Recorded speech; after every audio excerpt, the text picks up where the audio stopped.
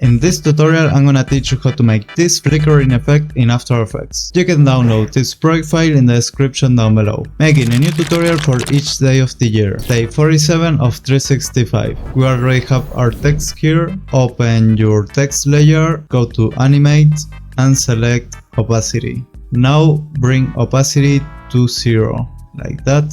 Open Range Selector and make a keyframe for Start.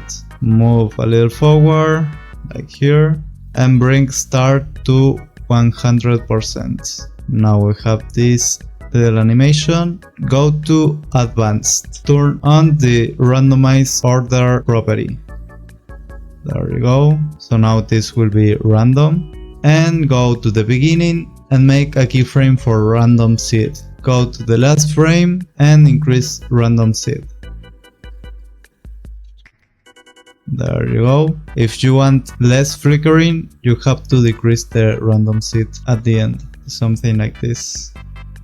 As a extra detail, you can add the preset in the description down below. This better glow, and this will make it look even better. There you have this effect done. You can download this project file in the description down below. I'll see you in the next tutorial. See ya.